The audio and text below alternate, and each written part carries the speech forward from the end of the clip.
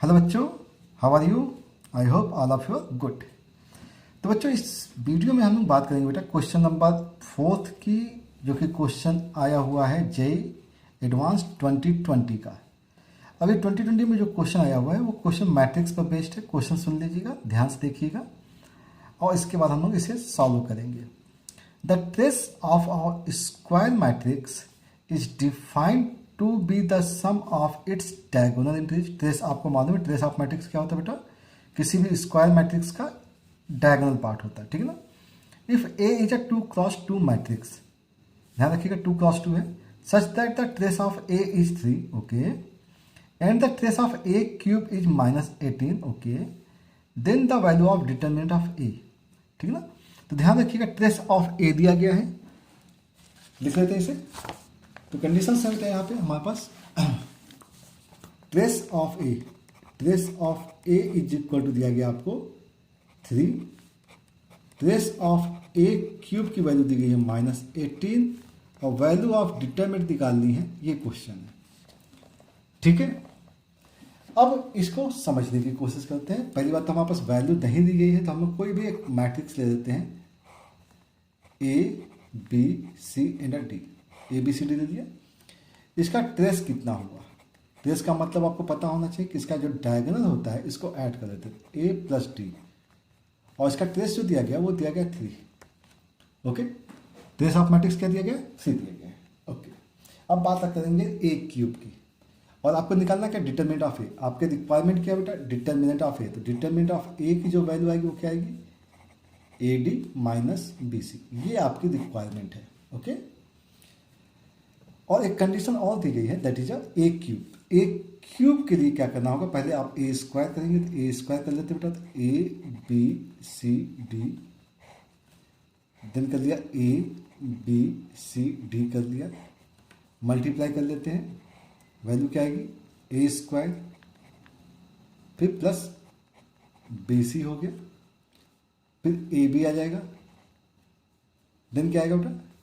B D आएगा plus का B D. ध्यान रखिएगा, आपको ट्रेस से मतलब है, मतलब डायगोनल से मतलब है। इन सब चीज़ों को तो देखेंगे, ये ए सी हो गया और ये ए डी सी डी हो गया, तो ए सी प्लस का सी डी आ गया, फिर बी सी हो गया और प्लस का डी स्क्वायर आ गया, ये ए स्क्वायर हो गया। अब हमें करना क्या है? ए क्यूब करना है। तो फिर से हमने क्या किया बेटा? ए बी सी डी ले लिया। ध्यान रखना है कि मुझे केवल ट्रेस से मतलब है, तो हम डायगोनल एलिमेंट को ही निकालने की कोशिश करते हैं, ठीक है ना। इसका मल्टीप्लाई इसके साथ करेंगे तो क्या आएगा बेटा? ए क्यूब हो जाएगा। ध्यान से देखिएगा, ए क्यूब प्लस ए के साथ ए बी सी आएगा, प्लस इसका मल्टीप्लाई आपको सी के साथ करना पड़ेगा, तो क्या आएगा बेटा? ए बी सी आ गया और प्लस का बी डी सी आ गया, ठीक है ना। तो ये एलिमेंट आपका कंप्लीट हो चुका है। अब हम इसको आगे नहीं बढ़ाएंगे, हम इसका मल्टीप्लिकेशन अब आप इसके साथ कर दीजिए, तो आपको ये एलिमेंट मिल जाएगा, ठीक है ना। तो डायगोनल के बारे में ही बात करेंगे, तो ए सी का मल्टीप्ली इसके साथ ए बी सी आ जाएगा, ए बी सी प्लस यहाँ मल्टीप्लाई कर दीजिए बेटा, सॉरी ए बी सी हो गया ना, अभी इसका मल्टीप्लाई बी के साथ, तो बी सी डी हो जाएगा, प्लस का बी सी डी प्लस, अब ये मल्टीप्लाई होगा आपका, इसका मल्टीप्लाई हो गया बेटा, इसका मल्टीप्लाई आपने इसके साथ कर दिया है, अब इसका मल्टीप्लाई यहाँ करना पड़ेगा, तो बी सी डी हो जाएगा, बी सी डी हो गया और प्लस डी क्यूब हो गया। तो ये एक्चुअल में आपके पास डायगोनल आ गया, ठीक है ना। जब आपके पास डायगोनल आ गया तो इसका ट्रेस निकाल देते। ट्रेस का मतलब क्या हो गया बेटा? आपको ऐड करना पड़ेगा, तो ऐड कर दिया। चलिए, तो हमने क्या किया? ट्रेस ऑफ ए क्यूब निकाला, ट्रेस ऑफ ए क्यूब निकाला। तो ये ए क्यूब जो है वो कुछ ऐसा आया बेटा, A cube plus A B C plus A B C plus B D C plus A B C plus B D C plus B D C और प्लस डी क्यूब आया, ठीक है। ये वैल्यू है। अब इसको थोड़ा सा सिंप्लीफाई कर लेते हैं जरा सा। ये ए क्यूब है प्लस का डी क्यूब है plus A B C 3 A B C हो गया, प्लस हो गया आपके पास 3 बी डी सी हो गया, ओके। और ये जो वैल्यू है वो वैल्यू माइनस का 18 दी गई है, ओके। अब थोड़ा सा रिप्लेसमेंट देखते हैं बेटा।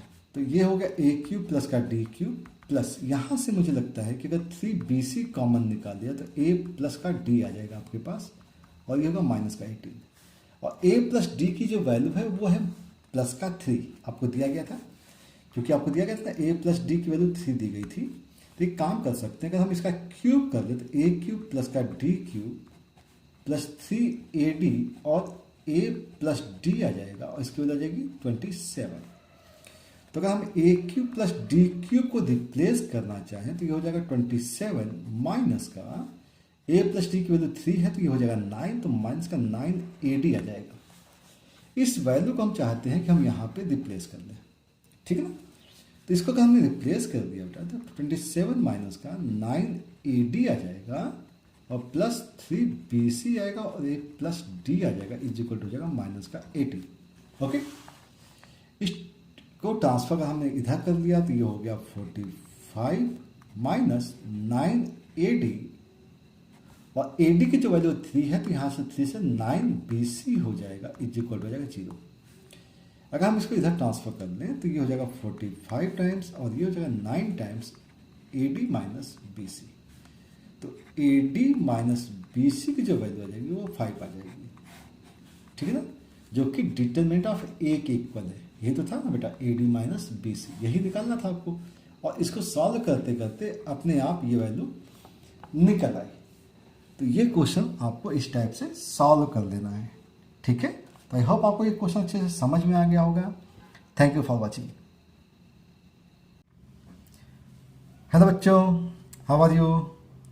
आई hope all of you are good. तो बच्चों इस वीडियो में हम बात करेंगे बेटा एक प्रॉब्लम की विच is asked in JEE advance 2020, और ये पेपर 2 की प्रॉब्लम है। तो हम लोग देखते हैं बेटा क्वेश्चन नंबर 18 क्या दिया हुआ है। Let the function f such that 0 to pi tends to real be defined by f of theta is equal to sine theta plus cos theta whole square plus sine theta minus cos theta power 4।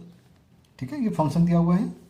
Suppose the function f has a local minima, मतलब ये maxima minima की problem है, at theta precisely where theta belongs to λ1 pi to λr pi, where λ1 to λr lie between 0 to 1, then the value of λ1 plus λ2 plus λr, ये सारी lambda की value find out करते हैं, ठीक है। तो इस चीज़ को ध्यान रखेंगे, पाई का मल्टीपल है लैम्डा, ठीक है, लेकिन वही लैम्डा आएगा कहाँ से और ये वैल्यू आएगी कहाँ से, वो है लोकल मिनिमम एट थीटा। तो ये थीटा है, तो थीटा आपको निकालना है किस पर, लोकल मिनिमम पर।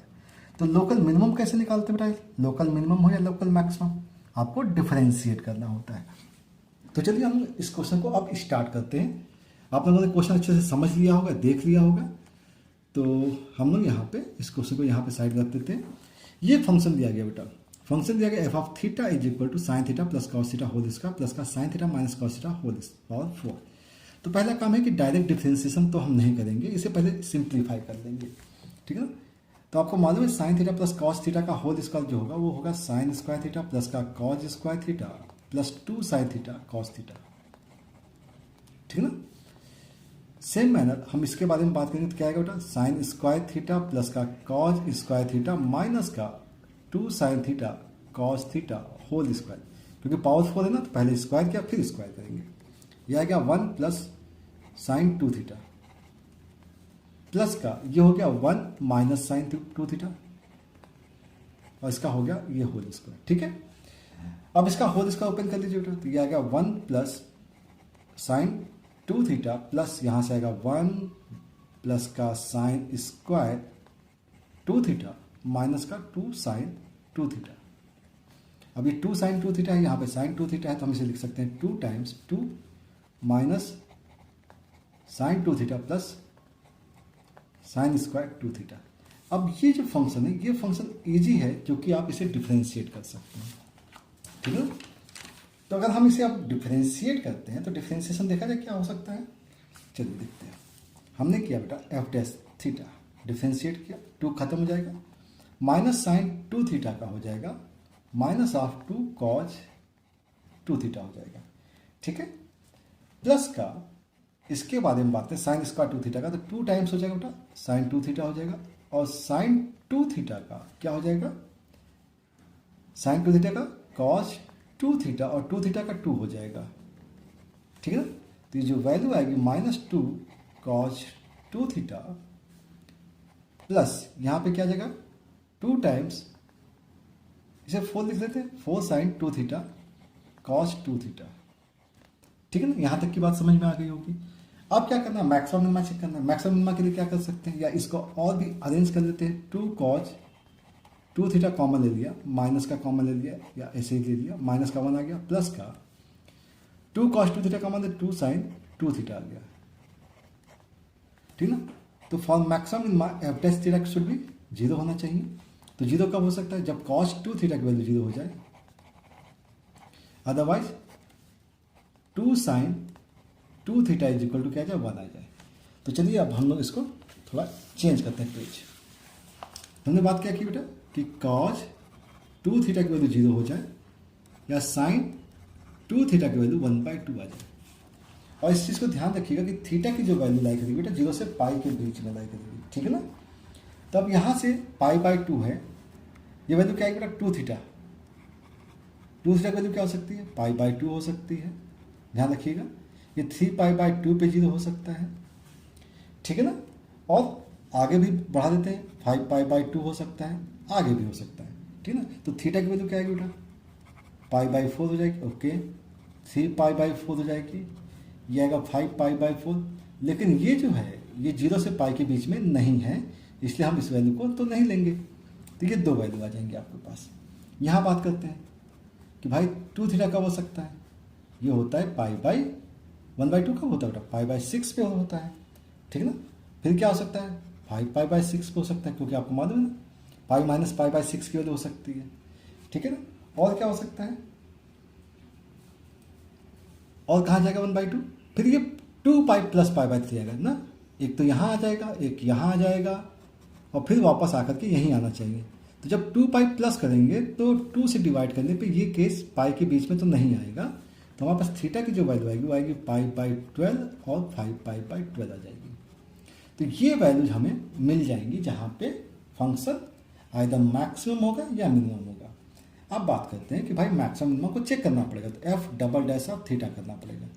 तो f डैश ऑफ थीटा की वैल्यू जो है वो क्या है, वो है माइनस का 2 कॉस 2 थीटा प्लस का 2 साइन, हम लोगों ने 4 थीटा लिख दिया बेटा इसे, ठीक है ना। इस वैल्यू को क्या लिख सकते हैं 4 लिख सकते हैं ना। इसे देखिए ध्यान से भाई, इसे साइन 4 थीटा लिख सकते हैं, और ये 2 है, लिखा जा सकता है। तो ये 2 टाइम्स साइन 4 थीटा और माइनस का 2 कॉस थीटा है। तो इसको हम लोग डिफ्रेंशिएट कर लेते हैं, ये वैल्यू। तो F double dash of theta कर दिया है। तो वैल्यू क्या आ गई बेटा, कॉस का डिफरेंशियल साइन हो जाएगा, और ये 2 का 4 हो जाएगा, साइन 2 थीटा। और यहाँ पे बात की जाए साइन का क्या हो जाएगा, कॉस हो जाएगा, कॉस 4 मतलब 8 कॉस 4 थीटा हो गया, ठीक है ना। अब सारे पॉइंट्स के बारे में बात करेंगे। At theta is equal to π/4, तो एफ डैश ऑफ थीटा की वैल्यू क्या आएगी, π/4 लगाना है बेटा। तो यहाँ पे π/2 हो जाएगा, π/2 वैल्यू 1 4 प्लस 8, π/4 पुट किया तो यहाँ पे पाई आ जाएगा, तो -1 मतलब <0, मतलब इस पॉइंट पे आपको मैक्सिमम मिलेगा। फिर थीटा की वैल्यू लगाई 3π/4 इस पॉइंट पर, ठीक है ना। F double dash of theta की वैल्यू आ जाएगी 3π/4 पुट किया तो 3π/2 आ जाएगी, और 3π/2 की वैल्यू माइनस होती है, माइनस का 4, और यहाँ देखें तो वैल्यू हो जाएगी 3π। अब 3π की वैल्यू भी -1 होती है तो माइनस हो जाएगा, ये अगेन लेस देन आएगा। तो केस कैसा आ गया बेटा, मैक्सिमम का केस आ गया, ठीक है। अब बात करते हैं थीटा की वैल्यू π/12 पर। तो F double dash of theta की वैल्यू देखी जाए π/12, यहाँ देखिए बेटा 4 टाइम्स π/, हाँ तो बेटा π/12 पे क्या आ रहा है, ये 4 हो गया। यहाँ देखते हैं प्लस 8 टाइम्स, और यहाँ पे cos π/12 करेंगे तो π/12 करने पे π/3 आ जाएगा, और जब cos π/3 हो जाएगा तो वो पहले पॉजिटिव आ जाएगी। तो अगर पॉजिटिव हो गया तो ग्रेटर 0 हो जाएगा, तो उस समय क्या मिल जाएगा आपको, मिनिमम मिल जाएगा। क्या मिल जाएगा, मिनिमम मिल जाएगा, ओके। तो एक केस तो आपको ये मिल गया। अब बच गया एक केस ये 5π/12 पर।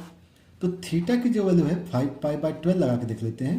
तो F dash double dash of theta की वैल्यू आ गई, यहाँ पे 4 टाइम्स 5π/12 कर देते तो बेटा 5π/6 हो जाएगा, और भाई पाई बाई 6 की जो वैल्यू होती है वो एक्चुअल में क्या होती है बेटा, वो पॉजिटिव होती है। तो ये वैल्यू कैसी आ गई, पॉजिटिव आ जाएगी, ध्यान से देखिएगा। और प्लस का 8 टाइम्स कॉज, यहाँ पे देखें तो 5 पाई बाई 3 हो जाएगा। तो 5 पाई बाई 3 का मतलब हो गया कि जो वैल्यू है वो पाई प्लस 2 पाई बाई 3 हो गया। मतलब ये कहाँ चला गया बेटा, ये चला गया आपका फोर्थ में। और फोर्थ में भी कॉज कैसी हो जाती है बेटा, पॉजिटिव हो जाती थी। वैल्यू कैसी आ गई, पॉजिटिव आ गई। इस केस में मिनिमम आ गया। ठीक है, तो इस टाइप से आपके पास जो थीटा की जो वैल्यू थी वो आपको ये मिल गई। तो थीटा जो आ गया वो आ गया है आपके पास पाई बाई 12, 5 पाई बाई 12। और यही थीटा की जो वैल्यू थी वहाँ पे क्वेश्चन में क्या थी बेटा, लैम्डा 1 पाई, लैम्डा 2 पाई, इस टाइप से। तो लैम्डा 1 की वैल्यू क्या हो गई, पाई बाई 12 आ गई, सॉरी 1 बाई 12। और लैम्डा 2 की वैल्यू आ गई 5 बाई 12। ठीक है ना, आपको निकालना क्या था बेटा, लैम्डा 1 प्लस लैम्डा 2 प्लस सारी वैल्यूज को निकालना था। तो यही तो आया है 1 बाई 12 प्लस का 5 बाई 12, मतलब वैल्यू आ गई 6 बाई 12 और वैल्यू आ गई आपकी 1 बाई 2। तो इस टाइप से आप इस क्वेश्चन को सॉल्व कर सकते हैं। तो आई होप आपको क्वेश्चन अच्छे से समझ में आ गया होगा। Thank you for watching. Hello बच्चों, how are you, I hope all of you are good. बच्चों इस वीडियो में हम बात करेंगे बेटा question number 17 which is asked in a J advance 2020 और पेपर 2 का पार्ट है ये। और ये कैसा बेटा, न्यूमेरिकल वैल्यू टाइप की प्रॉब्लम है। तो हम लोग इसको देखते हैं कि इसे कैसे टैकल करना है। तो पहले क्वेश्चन को रीड कर लेते हैं कि भाई हमें करना क्या है यहाँ पर। तो क्वेश्चन दिया गया बेटा, let F such that real to real be a differential function such that its derivative F dash X is continuous and F of pi is equal to -6। मतलब F of pi is equal to -6 आपको दिया गया है।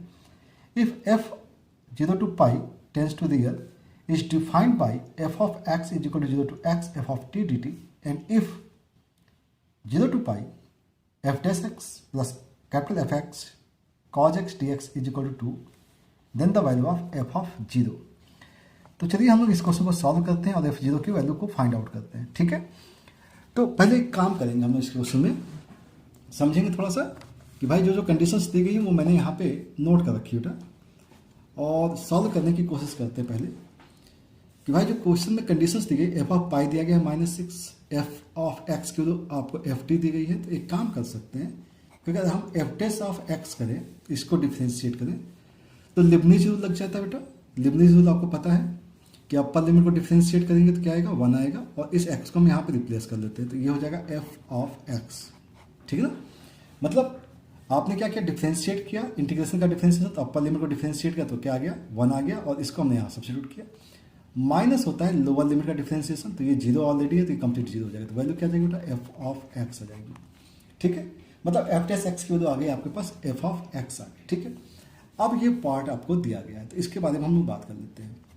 इस part को हम लोग क्या करेंगे, 2 पार्ट में कन्वर्ट करेंगे। 0 टू पाई है, F dash of X cos X हो गया, डी एक्स आ गया, plus 0 to pi F of X cos X है, डी एक्स है। ठीक है ना, चलिए तो एक काम कर सकते हैं कि भाई इसमें हम इसे फर्स्ट ले लेते हैं और इसे सेकंड ले लेते हैं। फायदा क्या मिल जाएगा, देखें भाई इसे बाई पार्ट्स करते हैं तो यहाँ पे क्या आ जाएगा, और इज इक्वल टू 2 है, ध्यान रखिएगा इज इक्वल टू 2 है, तो कॉज एक्स कॉन्स्टेंट हो गया, और इसे हमने इंटीग्रेट किया तो एफ ऑफ एक्स आ गया, और लिमिट है आपकी 0 से पाई, माइनस 0 टू पाई है, फर्स्ट को डिफ्रेंशिएट करके क्या आ गया बेटा, साइन एक्स आ गया, और ये माइनस की जगह क्या हो जाएगा, प्लस का हो जाएगा, क्योंकि कॉस का माइनस साइन एक्स हो जाएगा, और ये हो जाएगा F of x D x हो जाएगा, और लिमिट 0 से पाई लगी हुई है। अच्छा, प्लस अगर हम इसके बारे में बात करें बेटा, तो एक्चुअल में एफ डैश का यूज़ करना है आपको, एफ डैश ऑफ एक्स का। तो हम एक काम कर सकते हैं, इसे फर्स्ट लेते हैं उसे सेकंड ले लेते हैं। ठीक है ना, देखिएगा तो एफ एक्स कॉन्स्टेंट हो गया, कॉज एक्स का इंटीग्रेशन साइन एक्स हो जाएगा, पॉजिटिव रहेगा, 0 से पाई हो जाएगा, माइनस 0 टू पाई एफ को डिफ्रेंशिएट का तो एफ डैश ऑफ एक्स हो जाएगा, और ये आएगा साइन एक्स डी एक्स हो जाएगा, और इसकी वैल्यू क्या बेटा 2 है। ठीक है ना, यहाँ तक की बात हो गई। तो अब हम बात करते हैं वैल्यू को रिप्लेस करने की। ठीक है, वैल्यू रिप्लेस किया जाए, बात समझ में आ रही है। तो वैल्यू को हम लोग रिप्लेस कर देते हैं। ठीक है ना, कैसे रिप्लेस किया जाएगा, भाई कॉस पाई लगा देते हैं, कॉस पाई की वैल्यू क्या होती है, माइनस में, और F of pi, F of pi की वैल्यू आपको दी गई है -6, तो यहाँ पे हमने -6 लगा दिया, माइनस 0 पुट किया तो cos 0 की वैल्यू 1 हो जाएगी और यहाँ पे आ जाएगा एफ ऑफ 0 हो जाएगा, प्लस एक चीज़ देखिएगा यहाँ पे, ये प्लस का क्या है बेटा, 0 से पाई है, साइन एक्स है, F of x D X है, प्लस यहाँ पे पुट किया तो एफ ऑफ पाई और साइन पाई, तो साइन पाई की वैल्यू क्या हो जाएगी, 0 हो जाएगी, और जब 0 पुट करेंगे तब भी 0 आ जाएगा, तो मतलब ये कंप्लीट 0 हो जाएगा। ये वैल्यू आ गई माइनस का 0 टू पाई, एफ टेस एक्स का मतलब क्या था बेटा, एफ एक्स था, ठीक ना, तो ये हो गया एफ ऑफ एक्स और ये हो गया साइन एक्स डी एक्स हो गया, और इज इक्वल टू कितना है 2 है। ये जो वैल्यू है ये वैल्यू कैंसिल आउट हो जाएगी, तो क्या आ गया बेटा यहाँ पे 6 आ गया, माइनस एफ 0 आ गया और इज इक्वल टू 2 आ गया। इसका मतलब है कि एफ ऑफ 0 की जो वैल्यू आएगी वो 4 हो जाएगी, ठीक है। तो एफ ऑफ 0 क्या आ गया बेटा, 4 आ गया।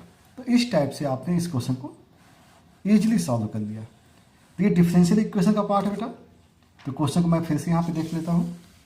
ये क्वेश्चन है जिसका आंसर क्या आ रहा है बेटा, 4 आ रहा है, ठीक है। तो क्वेश्चन को अच्छे से ध्यान से सॉल्व कर लीजिए। Thank you for watching.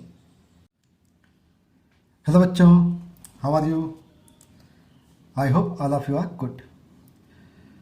तो बच्चों हम लोग इस वीडियो में बात करेंगे बेटा एक क्वेश्चन की, और ये जो क्वेश्चन है ये जेई 2020 की प्रॉब्लम है, जेई 2020 की प्रॉब्लम है, और ये प्रॉब्लम जो है वो प्रोबेबिलिटी की है।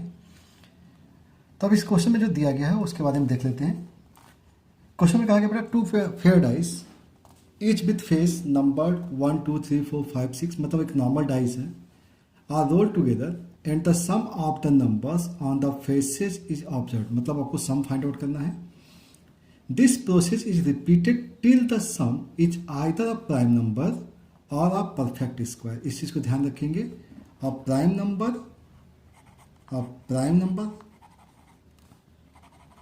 और a perfect square. Okay, prime number होना चाहिए, अदरवाइज परफेक्ट स्क्वायर होना चाहिए। Suppose the sum turns out be a perfect square, means perfect square होना चाहिए before it turns out to be a prime number. Means perfect square क्या आएगा बेटा, perfect square भी turn out be a prime number. Prime number से पहले क्या आना चाहिए, परफेक्ट स्क्वायर आना चाहिए, बिल्कुल सही है। If P is the probability that this perfect square is an odd number, then the value of 14P is, ठीक है। तो सिंपल सा बेटा कि यहाँ पे डाइस को रोल किया जा रहा है, 2 डाइस है, तो सम निकालने की कंडीशन आपको पता है कि टोटल केसेस कितने होते हैं, आपको मालूम है 1 1 1 2, इस टाइप से आपके पास क्या आते हैं 1 6, ऐसे आपको मालूम है 6 6, तो टोटल नंबर्स कितने होते हैं 36 होते हैं, ठीक है। टोटल नंबर्स कितने आते हैं 36 आते हैं। अब बात आती है कि भाई प्राइम नंबर आना चाहिए, तो प्राइम नंबर सम में क्या आ सकता है, 2 आ सकता है, 3 हो सकता है, 5 7 और 11 हो सकता है। ये प्राइम नंबर्स हो सकते हैं, सम निकालना है, ध्यान रखिएगा सम। और परफेक्ट स्क्वायर क्या हो सकता है बेटा, सम का 4 और 9 हो सकता है, ठीक है। तो अगर प्राइम नंबर का केस है, क्या है प्राइम नंबर का केस है, तो प्राइम नंबर में टर्म्स कितने हो सकते हैं, प्राइम नंबर का जो केस है 2 कब कब आ सकता है, 1 1 हो सकता है, और कुछ केस हो नहीं सकता है। 3 का केस हो सकता है 1 2 2 1 हो सकता है। 5 के लिए हो सकता है 1 4 2 3 3 2, और क्या हो सकता है 4 1 हो सकता है, ठीक है। 7 के लिए हो सकता है 1 6 2 5 3 4 4 3 5 2 एंड 6 1, ये सारे केस आ जाएंगे। 11 के लिए क्या हो सकता है बेटा 5 6 एंड 6 5, यही 2 केस हो सकते हैं। तो प्राइम नंबर के जो केसेस बन रहे हैं वो प्राइम नंबर के टोटल केसेस कितने बन रहे हैं बेटा 1 2 3 4 5 6 7 8 9 10 11 12 13 14 15, तो टोटल प्राइम नंबर का केस होगा 15/36। ये इसकी प्रोबेबिलिटी हो जाएगी प्राइम नंबर आने की। बात आती है परफेक्ट स्क्वायर की, 4 और 9, ठीक ना। तो 4 और 9, तो ये क्वेश्चन हम लोग यहाँ से हटा लेते हैं, रखते हैं। तो 4 एंड 9 का केस क्या हो सकता है, तो 4 के केस क्या हो सकते हैं बेटा परफेक्ट स्क्वायर, ध्यान रखिएगा परफेक्ट स्क्वायर। 4 9, तो 4 9 का केस 1 3, ठीक है, 2 2 एंड 3 1, ये हो गया 4 के लिए। 9 के लिए केस क्या हो सकता है बेटा, 3 से 6 हो सकता है, 4 5, 5 4 एंड 6 3। तो केसेस कितने बन गए बेटा यहाँ पे, 7 केस बन गए। तो परफेक्ट स्क्वायर का जो केस बना है वो आया है 7/36 आ गया, ठीक है ना। अब इसमें एक चीज़ और ध्यान रखिएगा, इसमें जो परफेक्ट स्क्वायर के बारे में बात की बेटा, परफेक्ट स्क्वायर होना चाहिए turn out be a prime number and P is the probability of the perfect square is an odd number. Odd number का परफेक्ट स्क्वायर, तो ऑड नंबर का जो परफेक्ट स्क्वायर है वो आपके पास ये है।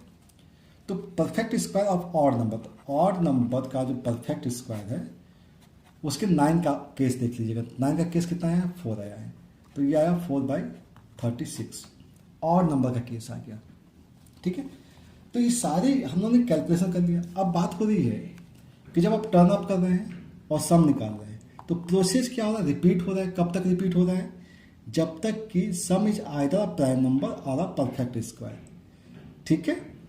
और हमें बात करनी है प्रोबेबिलिटी, पी जो है प्रोबेबिलिटी है, ठीक ना, किसकी है, perfect square of an odd number. ध्यान रखिएगा, perfect square of an odd number, odd number की प्रोबेबिलिटी आनी चाहिए, ठीक है ना। और यहां पे जो परफेक्ट स्क्वायर आना चाहिए वो क्या आना चाहिए, before prime number. Perfect square क्या आना चाहिए, बिफोर प्राइम नंबर। तो ये आपका रिक्वायर्ड कंडीशन है। और आना क्या चाहिए, पहले क्या आएगा बेटा, परफेक्ट स्क्वायर बिफोर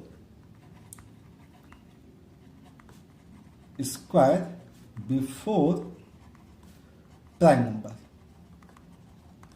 ठीक है।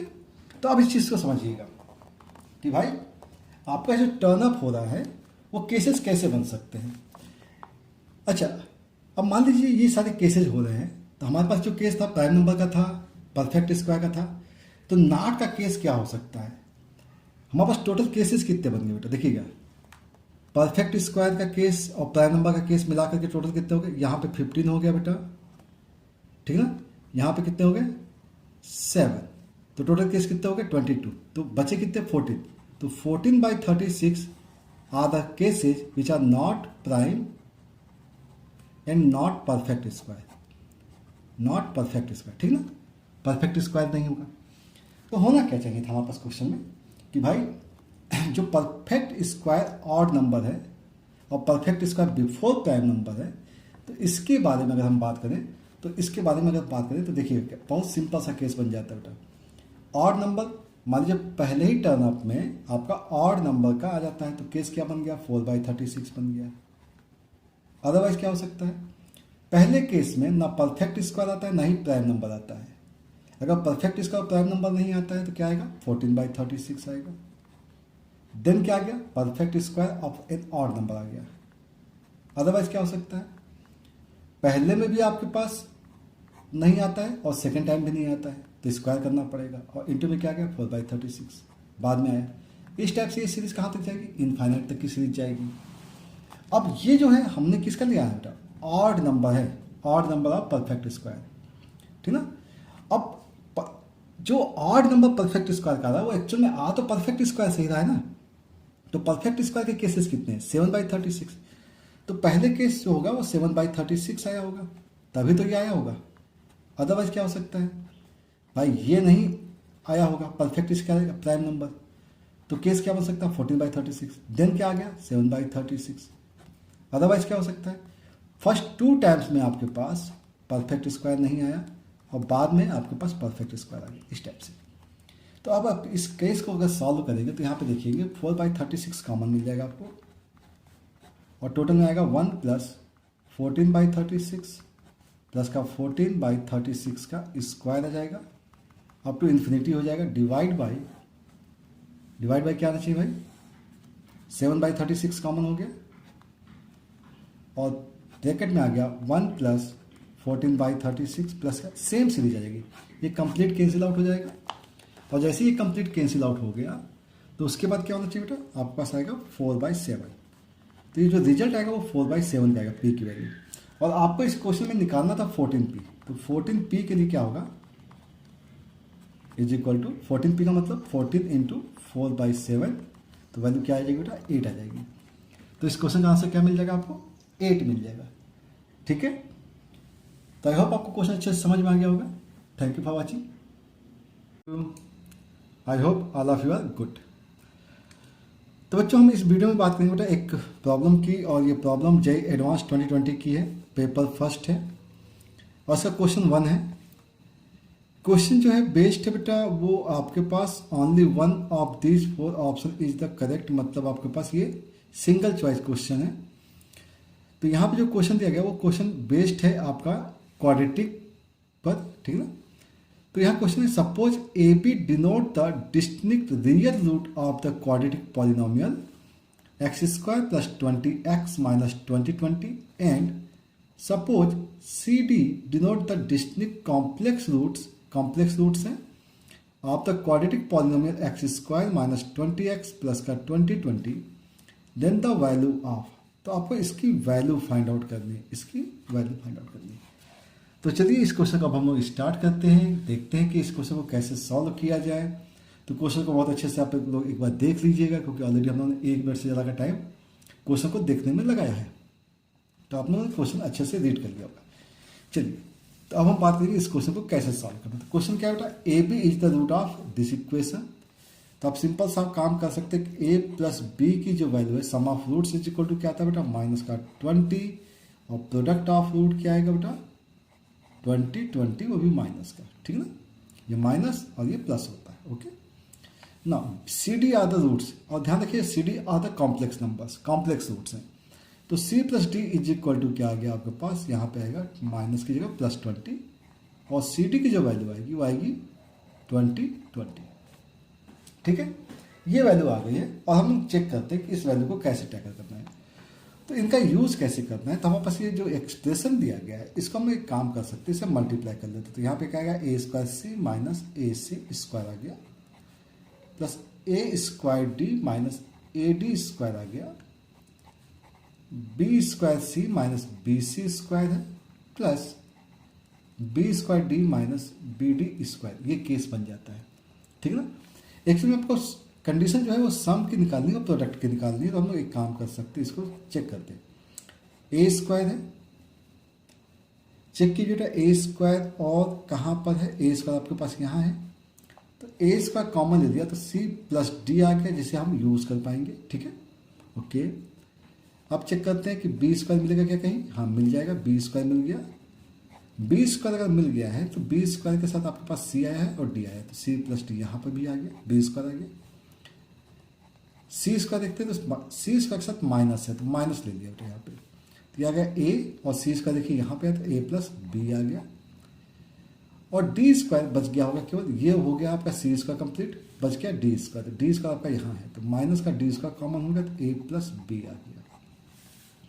ओके, चलिए अब इसके बाद क्या कर सकते हैं कि हम लोग एक काम कर सकते हैं कि c + d यहाँ से कॉमन ले सकते हैं, तो c + d बाहर आ गया, ये वैल्यू आ गई a² + b², और माइनस यहाँ से देखिए बेटा a + b कॉमन ले सकते हैं, और क्या आएगा c² + d², और इन सब वैल्यू को हम लोग रिप्लेस कर सकते हैं। कैसे करेंगे, देखिएगा c + d है यहाँ पर, a² + b² हो सकता है a + b whole square -2ab minus ये हो गया a + b, और c + d का whole square c + d whole square -2cd कर सकते, हो सकता था बेटा ये। ओके, चलिए तो c + d की वैल्यू क्या है बेटा, c + d की वैल्यू आपको यहाँ पे दी गई है 20 दी गई है। a + b की वैल्यू ये है, तो इसका स्क्वायर कीजिए तो 400 आ जाएगा, -2ab कर देते हैं तो माइनस से माइनस प्लस हो जाएगा, और इसका 2ab करेंगे तो 2 टाइम्स करेंगे तो क्या आएगा बेटा 40 आ जाएगा। ओके, माइनस a + b की वैल्यू देखी जाए, a + b की वैल्यू -20 तो ये +20 हो गया। c + d होल स्क्वायर की वैल्यू देखी जाए तो यहाँ पे 400 आ जाएगा, ठीक है, और माइनस का 2cd कर दिया जाए तो ये 40 आ जाएगा, ठीक ना। ओके, 20 बाहर निकाल सकते हैं, निकाल दिया, ऐड कर दिया तो ये आ गया 4440 आ जाएगा, और ये जो केस आएगा वो माइनस आएगा, माइनस का आएगा 3640 आ जाएगा, ठीक है, चलिए तो ये हो गया 20 और इसको माइनस कर दिया तो आई थिंक ये आएगा 800, ठीक है ना। अब 800 को 20 से मल्टीप्लाई करना आएगा 16,000। तो ये जो क्वेश्चन का आपको आंसर मिल जाएगा 16,000, ठीक है ना। तो आई होप आपको ये क्वेश्चन अच्छे से समझ में आ गया होगा। Thank you for watching. Hello बच्चों, how are you? I hope all of you are good. तो बच्चों इस वीडियो में हम लोग बात करेंगे बेटा एक problem which is asked in JEE advance 2020 paper 1 की प्रॉब्लम है और ये बेस्ड है आपकी कोऑर्डिनेट ज्योमेट्री पर। तो चलिए तो क्वेश्चन को हम लोग रीड करते हैं और फिर उसके बाद उसके आंसर्स के बारे में बात करेंगे कि उसका सोल्यूशन क्या आएगा, ठीक है। सोल्यूशन हमने आंसर में टिक लगा रखा है, कोई दिक्कत नहीं है। अब ये वैल्यू आएगी कैसे वो देखते हैं, ठीक है। क्वेश्चन क्या दिया बेटा, let A B and lambda be positive real numbers, ध्यान रखिएगा be positive real numbers. Suppose P is the end of the latus rectum of the parabola Y square is equal to 4 lambda X and suppose the ellipse X square upon A square plus Y square upon B square is equal to 1 passes through the point P if the tangents to the parabola and the ellipse at the point P are perpendicular to each other, then the eccentricity of the ellipse। देखिए बेटा यहाँ पे ellipse के बारे में कोई बात नहीं की गई कि ए ग्रेटर है या बी ग्रेटर है, तो हम लोग एक रैंडम कोई ग्राफ ले लेंगे, ठीक है। ये ग्राफ है Y square equal to 4 lambda X. तो चलिए हम इस क्वेश्चन को सॉल्व करते हैं बेटा और समझते हैं कि क्या कंडीशन होनी चाहिए। तो पहली बात हम लोग के पास क्या है, पैराबोला है और देन इलिप्स है। और ये क्या होता है बेटा, अब स्टार्टिंग में क्या कहा गया, आपके पास एक पैराबोला है और उसका एक रेक्टस रेक्टम का एंड पॉइंट क्या है, पी है। तो पहले पैराबोला लेते हैं, ठीक ना। तो Y square is equal to क्या दिया गया बेटा, Y square is equal to 4 lambda X. अब ये parabola, lambda is a positive real number, तो हम इसका ग्राफ ड्रॉ कर लेते हैं। इस टाइप से एक ग्राफ ड्रॉ कर दिया, ठीक है ना। ये हो गया Y square equal to 4ax, ये हो गया y और ये हो गया x। और इसका लेटेस्ट रेक्टम है तो ऑब्वियस सी बात आपको मालूम है कि इसका फोकस होगा लैम्डा कॉमा 0, क्योंकि यहाँ पर a की जगह लैम्डा है। और ये जो पॉइंट होगा वो होगा लैम्डा कॉमा 2 लैम्डा, ये होता है and point of latus rectum, ठीक है। इसको हमने p एज्यूम कर दिया, ये p पॉइंट है। क्वेश्चन में कहा गया है कि अगर आपने एक इलिप्स लेना है, इक्वेशन ऑफ इलिप्स क्या है बेटा, X square upon A square plus Y square upon B square is equal to 1, ठीक है। तो इलिप्स जो है वो इलिप्स कुछ इस टाइप से ड्रॉ कर दीजिए। एक रैंडम हमने इलिप्स ले लिया तो इलिप्स जो का कुछ इस टाइप से ही जाएगा बेटा, इस टाइप से, ठीक है ना। इस पे आपको क्या करना है कि एक टेंजेंट ड्रॉ करना है पैराबोला पर और दूसरा क्या करना है, इलिप्स पे टेंजेंट ड्रॉ करना है और इनके बीच का एंगल जो होगा वो राइट एंगल होगा। इस बात की ध्यान रखना है, मतलब angle between tangents is equal to 90 degree. तो एक काम कर सकते हैं, पॉइंट आपको मालूम है लैम्डा कॉमा 2 लैम्डा, तो हम इक्वेशन ऑफ टेंजेंट निकालते हैं। इक्वेशन ऑफ टेंजेंट निकालने का तरीका बहुत सिंपल है। Equation of tangent to parabola, पहले पैराबोला के बारे में बात करेंगे फिर इलिप्स के बारे में। तो आपको मालूम है वाई स्क्वायर क्या लिखते हैं, Y y1 is equal to 4 lambda X plus x1 लिख देते हैं। और जो पॉइंट है आपके पास ये 2 लैम्डा है, ये 4 लैम्डा और x प्लस ये आ गया लैम्डा, क्योंकि पॉइंट क्या होता है लैम्डा और 2 लैम्डा है और ये बाई 2 आता है, ठीक है, ये बाई 2 आता है बेटा। क्योंकि आपको मालूम है ना वाई स्क्वायर की जगह y1 पुट करना है, एक्स स्क्वायर की जगह x1, x की वैल्यू की जगह x plus x1 by 2 and y की जगह y plus y1 by 2 put कर देना है। ये तरीका होता है आपको टेंजेंट निकालने का। तो यहाँ से देखिएगा 2 से 4 कैंसिल, 2 ये कैंसिल, लैम्डा कैंसिल, मतलब y इज इक्वल टू आ गया x प्लस लैम्डा। तो इस इक्वेशन का जो स्लोप है वो आ गया आपके पास 1, स्लोप क्या आ गया 1 आ गया। सेम मैनर आपको इसकी टेंजेंट निकालनी है। टेंजेंट निकालने का तरीका बेटा x x1 upon A square plus y1 upon B square is equal to 1। Points put कर देते हैं तो x1 की जगह lambda x lambda upon A square plus 2y lambda upon B square is equal to 1। तो इसे भी हम स्लोप इंटरसेप्ट फॉर्म में चेंज करते हैं।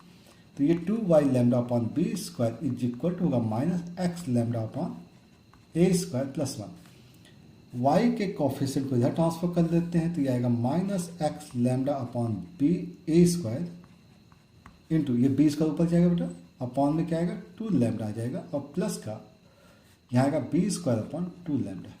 तो x का जो कोफिशिएंट है वो स्लोप हो जाएगा, तो माइनस एम टू की वैल्यू क्या आएगी बेटा, लैम्डा से लैम्डा कैंसिल हो जाएगा, ये आएगा minus b square upon 2a square, ये स्लोप आ गया इसका। अब इन दोनों स्लोप के बीच का एंगल जो है 90 डिग्री है, तो 90 डिग्री का आपको मालूम product of slope is equal to होता है -1। ओके, तो हमने क्या किया, प्रोडक्ट ऑफ स्लोप -1 कर दिया, तो इसका स्लोप क्या बेटा 1 है और इसका माइनस का b square by 2a square is equal to क्या आएगा -1। सो यहाँ से a square upon B square की जो वैल्यू आएगी वो 1/2 आ जाएगी। ठीक है ना, बात समझ में आ रही है। तो हमें इसेंट्रिसिटी निकालनी, तो इसेंट्रिसिटी की वैल्यू होती है 1 minus b square by a square लिखिए, otherwise under root 1 minus a square upon B square लिखिए। बी स्क्वायर अपॉन ए स्क्वायर हम यहाँ कंसिडर नहीं कर सकते बिकॉज ऑफ ये वैल्यू क्या हो जाएगी 2 हो जाएगी, तो नेगेटिव आ जाएगा, तो ये केस नहीं होगा। तो केस क्या बनेगा 1 minus a square upon B square, under root में क्या आएगा 1 माइनस 1/2, सो वैल्यू क्या आएगी 1/√2 आ जाएगी। ठीक है, तो इस टाइप से आप कि इसकी इसेंट्रिसिटी को फाइंड आउट कर सकते हैं। तो हमारा जो एक्चुअल जो फिगर बनना चाहिए था, ये जो फिगर बन रहा था ये हमने ऑन द एक्स एक्सिस ले लिया था, तो ग्राफ आपका कुछ ऐसा वाला बनेगा, ठीक है, जहाँ पे आपको 90 डिग्री दिखेगा। ठीक है, लेकिन इनिशियली क्या होता है कि हम लोग को ये सब चीज़ें नहीं मालूम होती कि ए बड़ा है बी बड़ा है, तो हम लोग क्या कर सकते हैं रैंडमली इस टाइप से ग्राफ ड्रॉ कर सकते हैं। ठीक है, तो आई होप आपको क्वेश्चन अच्छे से समझ में आ गया बेटा। ओके, मिलेंगे बेटा नेक्स्ट वीडियो में नए क्वेश्चन के साथ। Thank you for watching.